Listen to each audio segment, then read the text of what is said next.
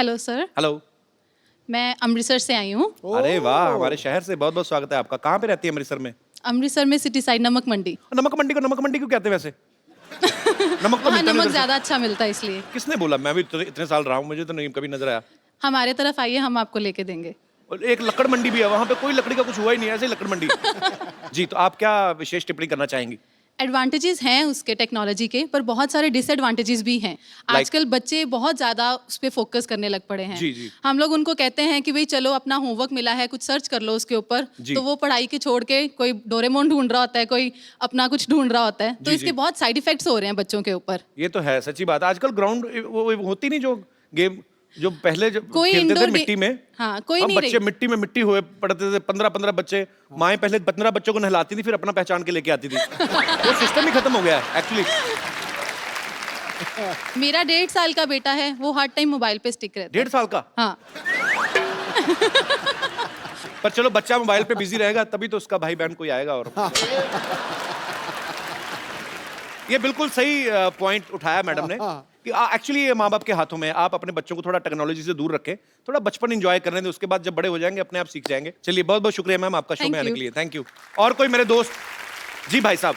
मेरा नाम प्रकाश है और मैं स्पेशली कुवैत से आपके शो देखने के लिए यहाँ आया क्या हूँ। बात है, बहुत बहुत स्वागत है जी, सर जी, आपका। एक्चुअली कपिल जी, मैं ये आपसे कहना चाह रहा था कि टेक्नोलॉजी से नुकसान ही है, फ़ायदे तो नहीं है। और इसमें ऐसा है कि जो लोग अपने आप को बहुत होशियार समझते हैं, शातिर समझते हैं, जी। क्लेवर समझते हैं, वो अभी क्लेवरनेस और वो शातिरपना अभी रहा नहीं है कपिल जी। उसका कैसे मैं मतलब? मुझे मेरे साथ एक वाकया हुआ है, उसका जी। मैं आपसे शेयर करना चाहता हूँ। मेरा वाकया, एक दिन मैं अपनी कॉलीग फ्रेंड के साथ दुबई मॉल में परचेसिंग कर रहा था। कुछ चीज़ मुझे अपनी वाइफ के लिए भी पसंद आ गई। तो किसके साथ शॉपिंग कर रहे थे? अपनी फ्रेंड के साथ, जो वाइफ को नहीं बताया।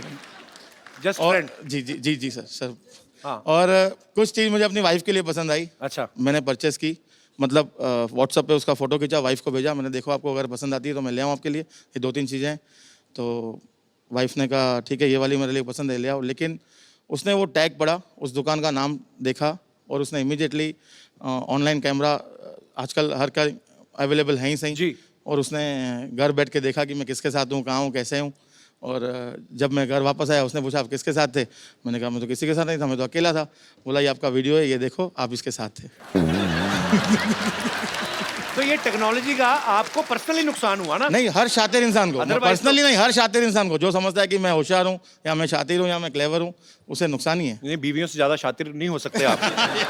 ये तो, पर ये आपकी हिम्मत की मैं दाद देता हूँ। फ्रेंड के साथ गए, महिला मित्र के साथ, उसके सामने बीवी के लिए गिफ्ट ले रहे हैं, तो फिर दोनों जगह। अरे ना, जो आदमी ना हर तरह की डिश खाना चाहता है ना, वो भूखा ही मरता है। शुक्रिया शो में आने के लिए। Thank you. जी, और कोई हमारे दोस्त? जी भाई साहब। नमस्कार कपिल जी। नमस्कार जी, कैसे हैं आप? मुझे ये टेक्नोलॉजी से बहुत चिढ़ है सर। चिढ़ है? हाँ, व्हाट्सएप एंड फेसबुक से। अच्छा मैं एक वाक्य सुनाना चाहता हूँ मेरा। जी, प्लीज। 15 साल पहले मेरी शादी हुई थी। अच्छा जी। तभी ये फेसबुक और व्हाट्सएप कुछ नहीं था। अच्छा। तो जब रिश्ते आते थे तो मम्मी पापा के पास आते थे, तो जी। उनको उनके मम्मी पापा अच्छे लगते थे तो रिश्ते आगे बढ़ते थे। राइट। तो 2-3 रिश्ते तो ऐसे ही उड़ गए। अच्छा। अभी मैं शादी लायक था, एक रिश्ता आया, मम्मी पापा को तो पसंद आया। अच्छा। कि चलो इनके मम्मी पापा अच्छे हैं। उन्होंने लड़की देखी, लड़की देखने के बाद मुझे बताया कि रिश्ता आया है। अच्छा। तो मैंने सोचा कि चलो अभी मुझे भी देखने जाना रहेगा। अच्छा। तो मैं देखने गया तो लड़की ने थोड़े नखरे किए और 2 मिनट ही देखने को मिला।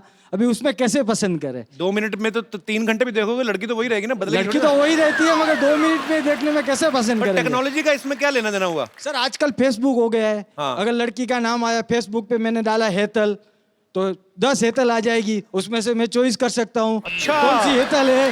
तो अगर तो आपको इस बात से चिढ़ है कि आपके टाइम पे वो क्यों हाँ नहीं जी था? सर, अगर 15 साल पहले ये आ गई रहती हाँ। तो मैं सबसे पहले घर में देख लेता और मम्मी पापा को बोल देता मुझे ये हेतल पसंद है। अभी जिनसे शादी की वो पसंद है आपको? मेरे नसीब अच्छा था कि मुझे जो पसंद थी उसके साथ ही लड़की, उसके साथ ही शादी हो गई। नहीं, आपको बोलना पड़ रहा है ऐसा कि सच्ची में ऐसा नहीं है? नहीं सर, सच्ची में सच्ची में। अच्छा। Yes sir. तो उनको साथ नहीं लाए? नहीं, साथ में आई है मेरी वाइफ, अच्छा, साथ कैसे में ही हैं है।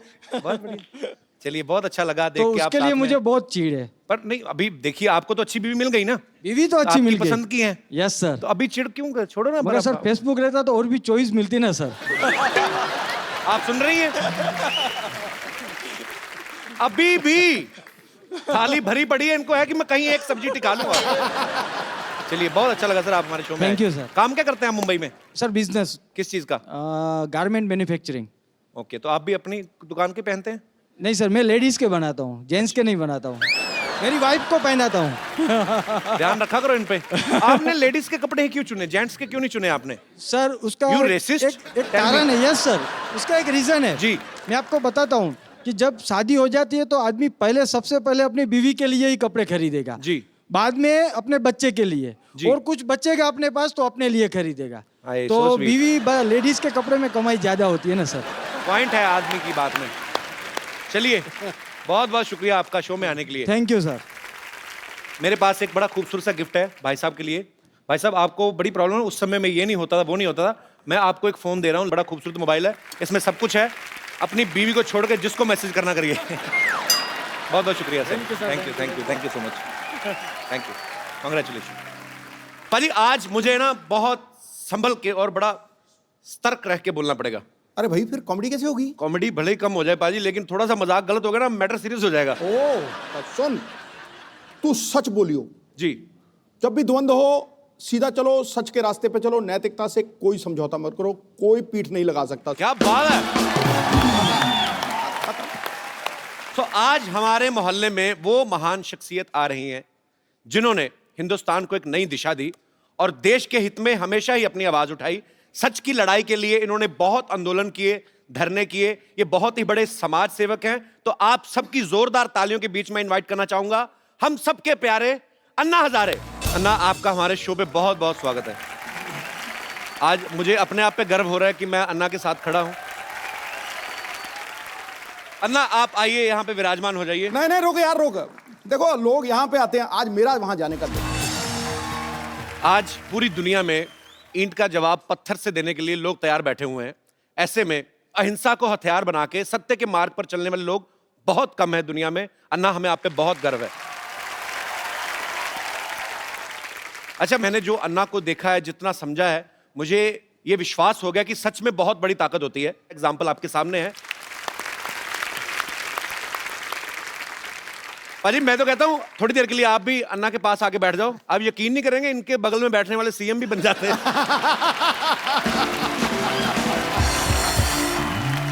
मेरा दिल कर रहा है कि मैं थोड़ी देर बैठा रहूं, चुपचाप अन्ना को देखता रहूं। आपने इतने शो किए हैं, जी। इतने एक्टर्स, इतने बड़े बड़े लोग, जी। क्या आपको कभी लगा था कि एक मंदिर में रहने वाला फकीर आदमी उसके साथ भी आप शो करेंगे? मैंने अन्ना, बहुत बहुत धन्यवाद आपका, आप आए। अन्ना, एक बात बताइए, आपको करोड़ों लोग फॉलो करते हैं, आप खुद क्यों नहीं पॉलिटिक्स में आते? मैं अगर पॉलिटिक्स में गया जी। और इलेक्शन के लिए खड़ा हो गया जी। तो मेरा डिपॉजिट भी जब्त हो जाएगा। क्यों? जी। हमारे देश का वोटर जागरूक नहीं है। जी। वो 500 रुपए के नोट देखने से भी भूल जाता है। क्या बात है। गुंडा है, भ्रष्ट है, व्यभिचारी है, 500 रुपए के नोट दिखाई दिया उसको वोट दे देता है।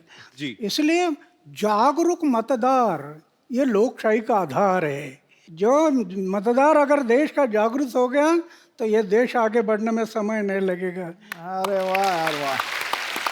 बाजी, मैं बहुत प्यार करता हूं अन्ना से और मेरे दिल में बहुत सम्मान है इनके लिए। हमारे देश में इतने बड़े बड़े आंदोलन हुए हैं जो अन्ना की वजह से हुए हैं। अन्ना के साथ करोड़ों लोगों का हमेशा साथ रहता है।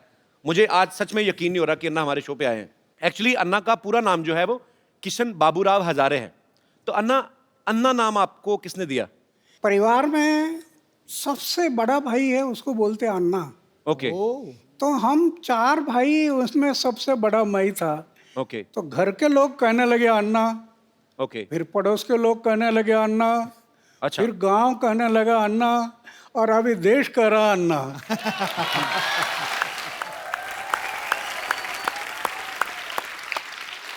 अन्ना, जितना मैं जिंदगी को समझता हूं, जितना मैंने देखा है, मेरी शादी हुई नहीं, आम आदमी जो है, अच्छा आम आदमी भी आजकल आप बोलते हो तो अपने आप खास हो जाते हो।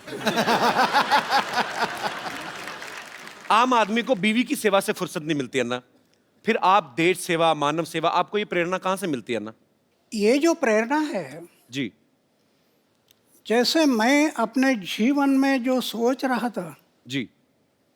अरे क्या चक्कर है, जन्म में आता कुछ लेकर आता नहीं, जाता कुछ लेकर जाता नहीं, उम्र भर मेरा मेरा मेरा मेरा मेरा मेरा, हाथ में कुछ नहीं, लैटरिन का डब्बा गुम हो गया तभी सोचते बैठते मेरा किस लिए जीता। एक दिन मैंने सोचा आत्महत्या करना, एक स्वामी विवेकानंद की किताब हाथ में आई, जी, पढ़ना शुरू कर दिया और एक ही बात समझ में आ गई, हर इंसान के लिए मनुष्य जीवन मिला सेवा करने के लिए मिला। 25 साल की उम्र में मैंने तय किया कि जब तक मैं जीऊँगा मेरे गांव, मेरा समाज और मेरे देश की सेवा करूंगा, और जिस दिन मैं मरूंगा गांव, समाज और देश की सेवा करते करते मरूंगा। ये मैंने व्रत लिया। अरे वाह। तो आपका जो प्रश्न है बीवी का, अभी मैंने सिर्फ शादी किया नहीं, लेकिन परिवार छूटा नहीं जी, छोटा 4 दीवारों के अंदर एक छोटा सा परिवार में करना था जी, वो छोटा ना करते हुए बड़ा बन गया। क्या बात है। पूरा देश परिवार हो गया। अच्छा अन्ना, आपको याद है आपने आज तक कितने आंदोलन अनशन किए होंगे आज तक पूरी जिंदगी में? जब मैंने तय किया कि जब तक जीऊंगा समाज और देश के भलाई के लिए जीऊंगा, जी, तो समाज के भलाई के लिए, देश के भलाई के लिए 16 बार मैंने अनशन किया। वाह।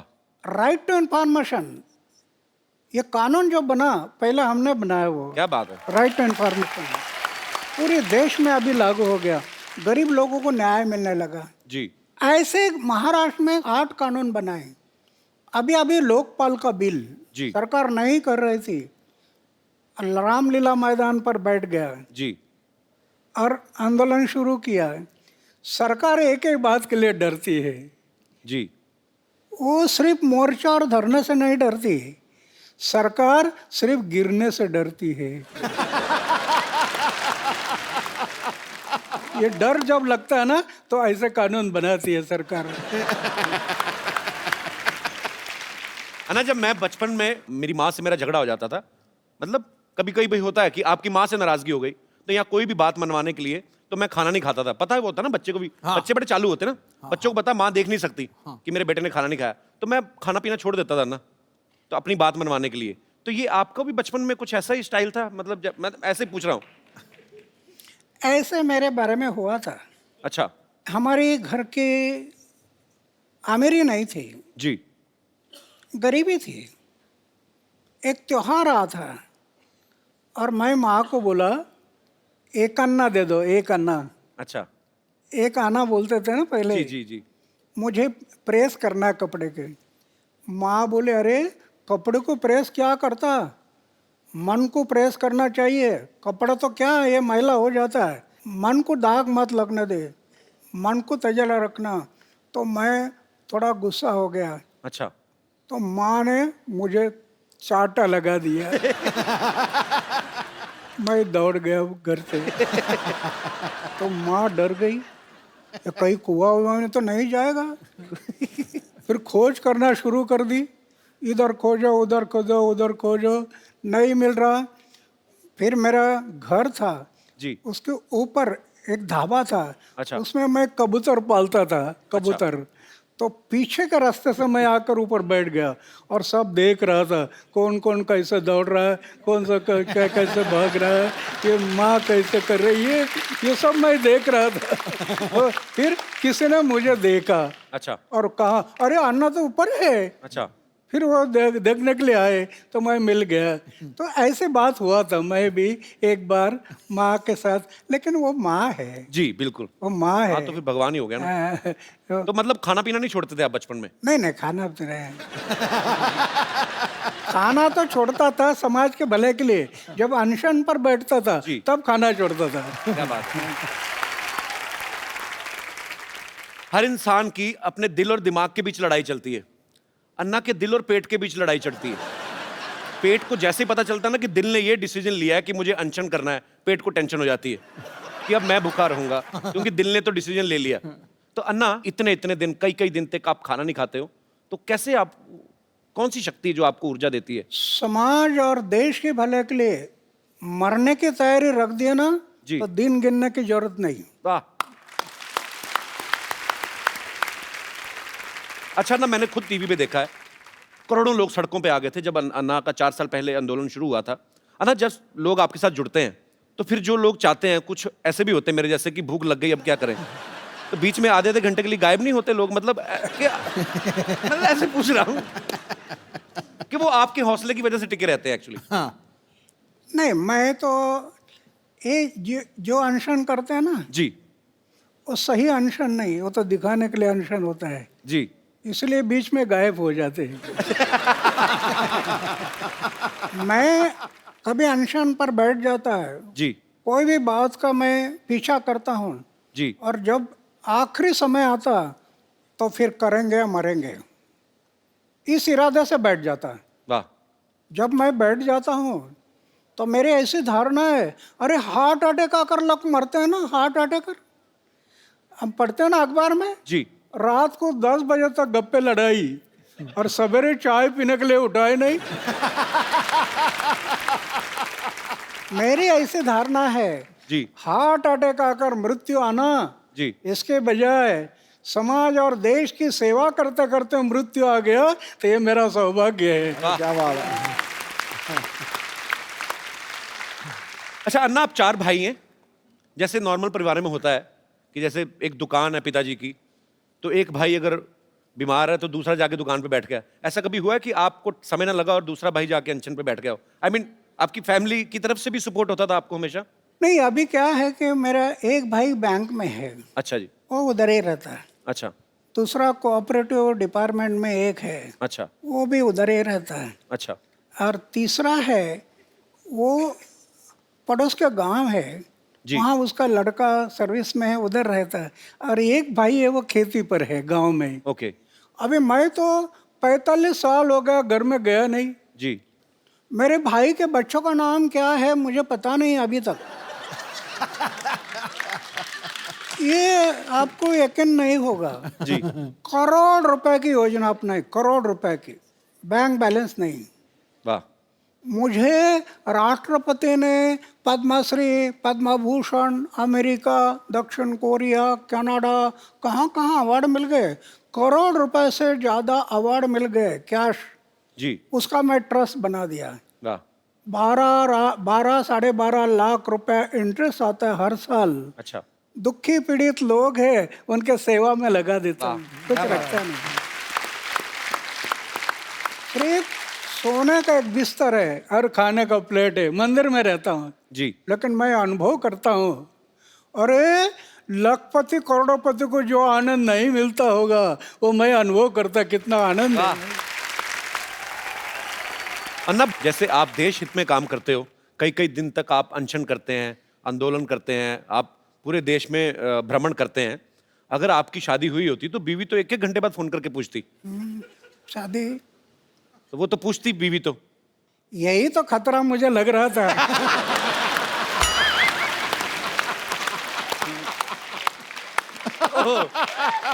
और इसके कारण मैंने तय किया कि शादी नहीं करना।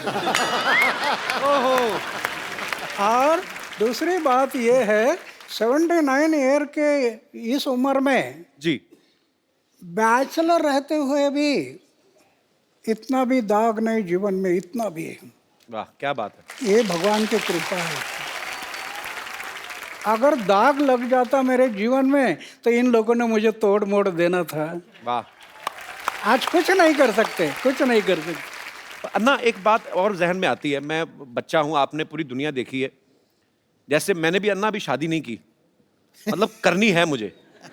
करना है? हाँ करनी है। मेरा दिल करता है। ओ, पर मैं जी।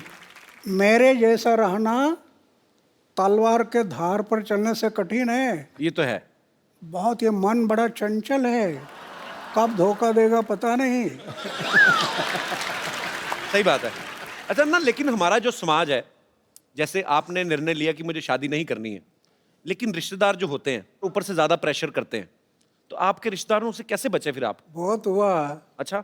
माँ एक लड़की अल्लाह कराते हैं दिखाने के लिए, अच्छा। मैं बोलता ये पसंद नहीं है।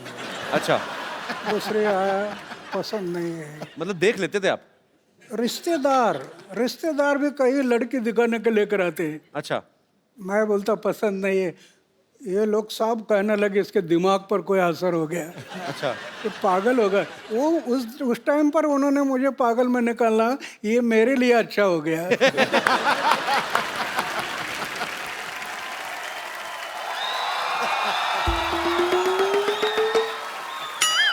हेलो हेलो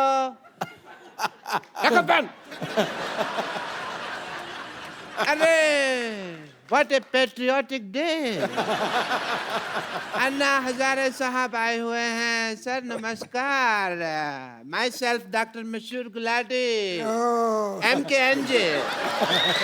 MKNJ मतलब? मैंने कहा जी नमस्ते, दिख नहीं रहा, कर भी रहा हूँ फिर भी पूछ रहे हो यार।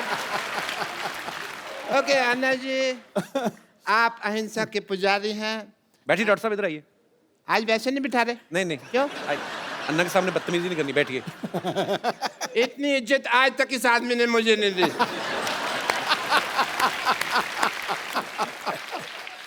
आपका रौब तो है, मानना पड़ेगा। आप अहिंसा के पुजारी हैं and I must tell you Anna sahab, मैं भी बहुत अहिंसा को मानता हूँ, पर मेरे को लोग मारते हैं, मैं उनके ऊपर हाथ नहीं उठाता। क्योंकि मेरा हाथ पहले मरोड़ देते हैं, मेरा उठता ही नहीं।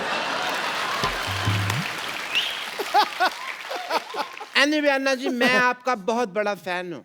मैंने आपके जैसा सच्चा ईमानदार इंसान नहीं देखा कभी जी। और मैंने आपके जैसा झूठा 420 नहीं देखा कभी। आप अन्ना के फैन कैसे हो सकते हैं? एक भी आदत है आप में अन्ना जैसी? अरे क्या बात कर रहे हो यार। और मैंने ना अन्ना की तरह समाज सेवा करने का ठान लिया है, पता है आपको। मैंने ना गरीबों में राशन बांटा, आपको पता है। और बाद में अन्ना दुकानदार ने पीटा इनको क्योंकि उसका राशन बिना पूछे बांट रहे थे ये। फिर मुझे नहीं पता था ना कि दान देने के लिए पूछने की जरूरत होती है। मैंने तो ये सुना था कि राइट हैंड से दान दो तो लेफ्ट हैंड को पता नहीं चलना चाहिए, तो मैंने ये बाएं हाथ जेब में डाल लिया। पर दुकानदार ने देख लिया, फिर दाएं बाएं दोनों से उसने मुझे पीटा। खैर छोड़ो इस बात को। आपको पता है कि एक बार मैंने 4 लोगों के साथ मिलके एक बुजुर्ग आदमी को सड़क पार कराई है। तो आप अकेले भी करा सकते थे, 4 लोगों की क्या जरूरत थी? वो मान नहीं रहा था ना सड़क पार करने को, तो जबरदस्ती की मैंने। मैंने कहा इसकी सुनेंगे तो हम तो कभी समाज सेवा कर ही नहीं पाएंगे ना। आपको इस बात के लिए मार पड़ सकती है डॉक्टर साहब। आप अहिंसा के पुजारी यहाँ बैठे हुए हैं और तुम हिंसा की बात कर रहे हो। अच्छा अन्ना जी एक बात बताइए, आप अनशन पे बैठते हैं, धरने पे बैठते हैं, आपको कोई कुछ नहीं कहता, मेरे को उठा के बाहर फेंक देते हैं, ऐसा क्यों? तुमने कब दिया धरना? तो झूठ बोल रहे हो आप तो। मैंने धरना दिया ना, वो पब्लिक गार्डन में 200 दिन धरना दिया मैंने। अन्ना इसने पता क्या किया? ये पब्लिक गार्डन में बैठ गए, बैठे बैठे इन्होंने वहां पे जाके कमरा बना लिया एक। उसको धरना थोड़ी, उसको तो कब्जा बोलते हैं। कमरा नहीं बनाया था, 2 BHK बनाया था वहां पे। अन्ना ये आदमी बहुत झूठा है, ये नकली डॉक्टर है, इसके पास ये डिग्री भी फर्जी है। फर्जी? चुप कर रहे हो, फर्जी डिग्री कैसी है? मैंने 10,000 रुपए में खरीदी है ये डिग्री। Get out! पाजी आपको पता है?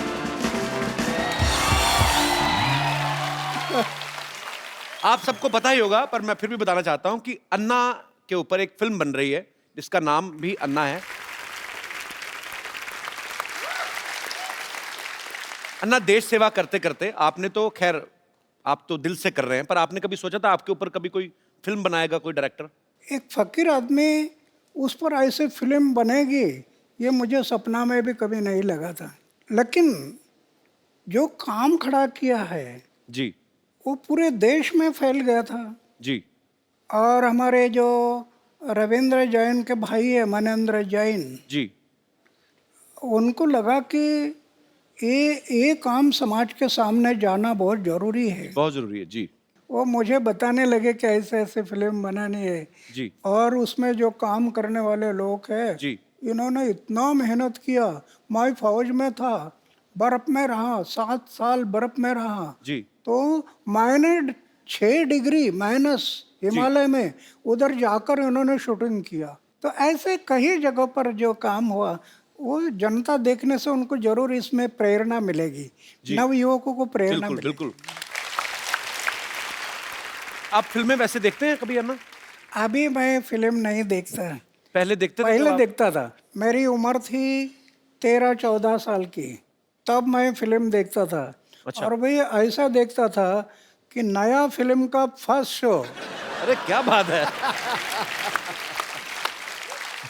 अगर फर्स्ट शो चला गया तो मुझे इंटरेस्ट नहीं आता फिर क्या बात है, सबसे पहले देखनी है। उस टाइम पर। अन्ना मैं आपको कुछ फोटोग्राफ्स दिखाऊं, आप पहचानेंगे कौन है? ये अन्ना टीवी में, इनको पहचानते हैं आप? हाँ, दिलीप कुमार जी है। अरे क्या बात है। और दूसरी एक और दिखाइए। अन्ना इनको पहचानते हैं आप? ये उस टाइम पर इतना नहीं थे। इनका नाम पता है आपको? हाँ, नाम तो अभी भूल गया है, पर लेकिन जानता हूँ। अन्ना ये शाहरुख खान है। शाहरुख खान, शाहरुख खान है। अन्ना इनको पहचान रहे हैं आप? वैजयंतीमाला है। ये अपना वो दिलीप कुमार और वैजयंतीमाला साथ में थे ना फिल्म जी में। जी जी। नया दौर में कौन थे? नया दौर। क्या बात है, नया दौर में जी। और दिखाइए। अन्ना इनको जानते हैं आप? अन्ना ये मुझे बहुत अच्छी लगती हैं। मतलब अच्छे तरीके में अच्छी लगती है, मतलब बहुत अच्छा काम करती हैं ये। अच्छा, अन्ना ये दीपिका पादुकोण है। दीपिका। दीपिका हाँ, बहुत प्यारी है अन्ना। अच्छा। ओके। पर अन्ना उस समय आपको कौन सी हीरोइन ज्यादा मतलब अच्छी लगती थी आपको, खूबसूरत? नहीं, उसमें क्या है, ये जैसे हीरोइन है तो मैं उनका काम पर देखता था, उनके हाव भाव, उनके एक्टिंग, वो मुझे जो पसंद आते थे। जी। देखने के लिए अच्छे लगते, ये मुझे अच्छे नहीं, उनका काम। कप्पू, और कप्पू, हे कप्पू, क्या है? वो किशन जी आने वाले थे, आए क्या?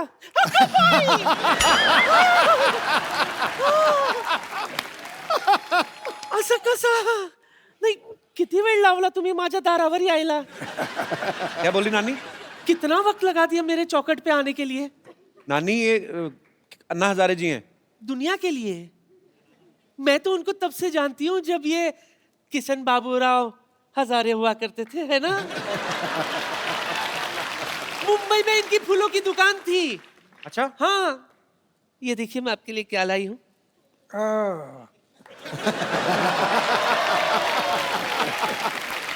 आपको याद है मैं रोज आपकी दुकान से एक फूल खरीदा करती थी? अभी तो 60 साल बीत गए, अभी कहाँ याद करोगे। रोज इनके दुकान से एक एक फूल इकट्ठा किया करती थी मैं, फिर उसका वरमाला बनाती थी। फिर एक दिन गाय आकर पूरा पूरा वरमाला खा गई। मेरा सपना धरा का धरा रह गया। लेकिन सच कहूं, मुझे उस बात का बिल्कुल भी अफसोस नहीं है। मुझे तो इस बात की खुशी है कि अगर आपकी शादी होती ना, वो लड़की बहुत खुश नसीब होती, क्योंकि उसको खाना कम बनाना पड़ता था ना, क्योंकि हर वक्त आप तो अनशन पे बैठे रहते है ना। नानी इनको घर नहीं बसाना था ना, इनको देश बसाना था, इसलिए उन्होंने शादी नहीं की। लेकिन मेरे अरमान तो अधूरे रह गए ना। हाँ? Anyway, मुझे इस बात का बहुत अफसोस है कि मैं आपकी नहीं हो सकी, लेकिन इस बात की खुशी है कि आप देश के हो गए। हाँ, इसलिए तो मैं भगवान के आभार मानता हूँ कि मैं पूरा देश का बन गया। सच सच सच सच सच। इसलिए मेरे लिए तो आपके चरणों की धूली काफी है। नानी ना, ना। एक मिनट, नहीं, नहीं, नहीं। वो स्वच्छ भारत अभियान से जुड़े, उनके चरणों में धूल है ही नहीं। हाँ, उनके वो साफ सुथरे रहते हैं, साफ सुथरे। चलो माफी मांगो अन्ना से। अन्ना जी माफ करना।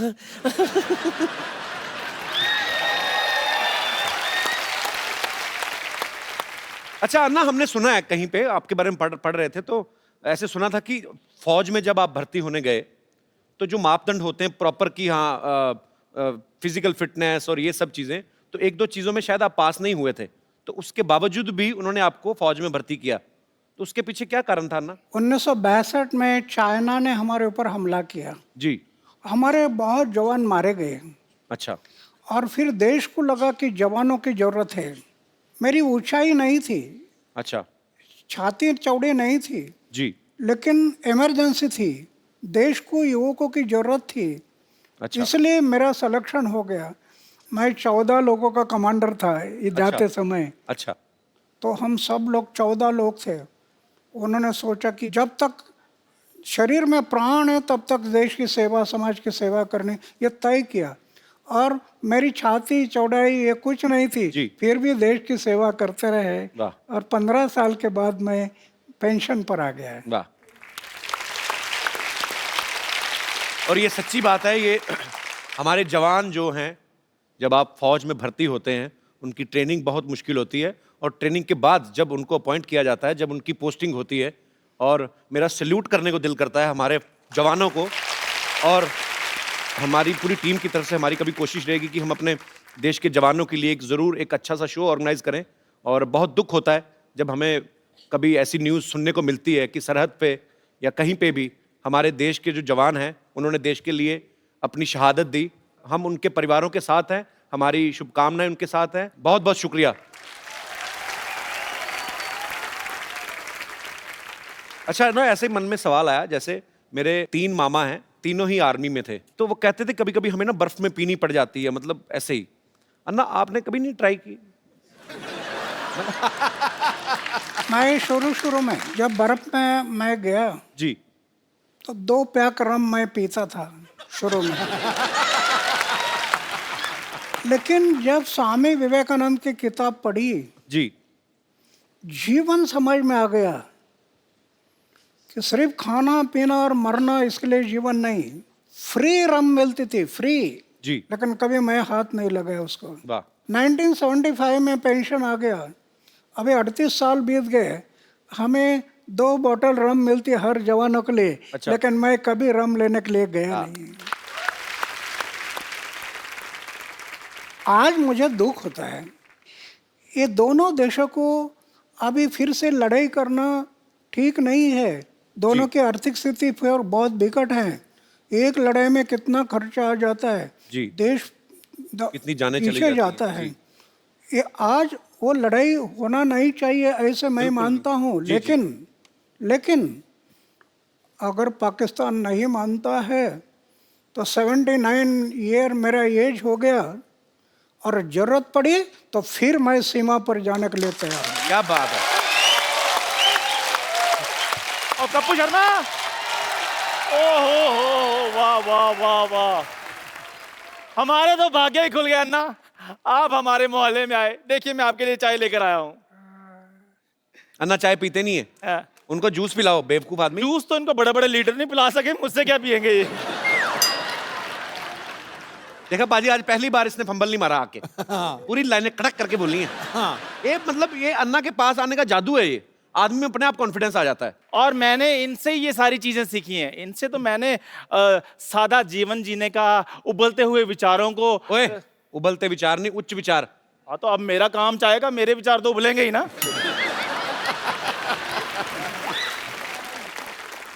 अन्ना, वैसे मैं भी बड़ा सिंपल सा हूँ, लेकिन आपको जब देखता हूँ ना तो मेरे में अंदर एक अजीब किस्म का कॉन्फिडेंस आ जाता है। लेकिन जब मैं बड़ी बड़ी जगह पे जाता हूँ मेरा कॉन्फिडेंस थोड़ा लूज हो जाता है। तो कभी आपके साथ भी ऐसा हुआ है कि आप 5 स्टार होटल में गए हो और छुरी और कांटा पकड़ते पकड़ते आपको भी कुछ थोड़ा कॉन्फिडेंस ऐसे हो गया हो? मैं इतना टूर करता हूँ जी, लेकिन होटल में कभी जाता नहीं। वाह वाह। एक बात है, जी। गया तो उसको याद नहीं रखता, भूल जाता हूँ। कि याद रखना ये घातक होता है जी। जी। इसलिए मैं याद नहीं रखता। इसको भी अन्ना, इसके माता पिता ने याद नहीं रखा, भूल गए वो। अच्छा अन्ना, मुझे एक बात प्लीज बता दीजिए कि मैं एक आम आदमी चाय बेचने वाला हूं, मैं कहां तक पहुंच सकता हूं अपनी लाइफ में?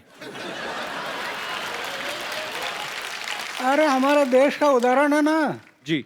चाय बेचने वाला आदमी भी पंतप्रधान बन सकता है ना। क्या बात है। अन्ना, आशीर्वाद दे दीजिए ताकि मैं अपनी लाइफ में बहुत ज़्यादा आगे बढ़ूं। Thank you very much, thank you very much.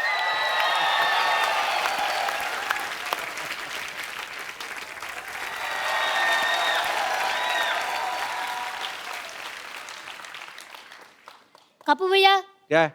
अब मुझे स्कूल नहीं जाना। क्यों, क्या बात हो गई? अरे वहाँ मुझे रोज मुर्गा बना देते, बड़े को क्या मैं मुर्गा बनूंगा? नजारे जी, आशीर्वाद दो, आशीर्वाद दो। कैसे हो? मैं तो ठीक हूँ, पर आपसे मुझे क्वेश्चन पूछना था। बैग उतार दे बेटा, इतना भारी बैग क्यों लगा तू? भारी नहीं है, हाँ। पर मैं ये कह रहा था कि आपके टाइम पे भी स्कूल में पनिशमेंट मिलता था, मतलब जी हाँ, हमारे टाइम पनिशमेंट मिलता, छड़ी थी, छड़ी। गलती किया तो ऐसा हाथ करना और टीचर मारता था छड़ी से। तो वो तो मेरी हमारे हैबिट है। मराठी में कहावत थी, छड़ी लागे छम छम, विद्या ये घम घम। ऐसी कहावत थी। लेकिन अन्ना आजकल बंद हो गया स्कूलों में ना, अभी नहीं, आजकल नहीं अभी मारते मारने के लिए परमिशन नहीं, जी। इसलिए तो शिक्षा का दर्जा डाउन हो गया। अन्ना ये मेरे को बड़े सवाल इसने मुझे बोला था कि मैं अन्ना से पूछना चाहता हूँ, जैसे आजकल ना बच्चे मोबाइल पे ज़्यादा गेम्स खेलते हैं, तो अब ये बच्चों की तरफ से ये सवाल था कि आप बचपन में क्या खेल खेला करते थे?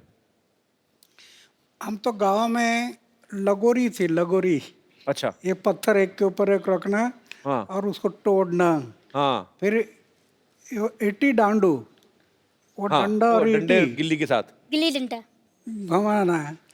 फिर खो खो, हाँ कबड्डी, जी। ऐसे खेल हम लोग खेलते थे। तो शरीर भी फिट रहता था। हाँ, आप मोबाइल वगैरह सब सीखना है, लेकिन साथ साथ चारित्र को संभालना, आचार शुद्ध रखना, विचार शुद्ध रखना, जीवन निष्कलंक रखना, दाग नहीं लगना जीवन में, बेदाग जीवन है, तो आप कल के महापुरुष बन जाएंगे। अच्छा बेटा, समझ में आई अन्ना की बातें ना? चलो पाँव छुओ, आशीर्वाद लो, चलो।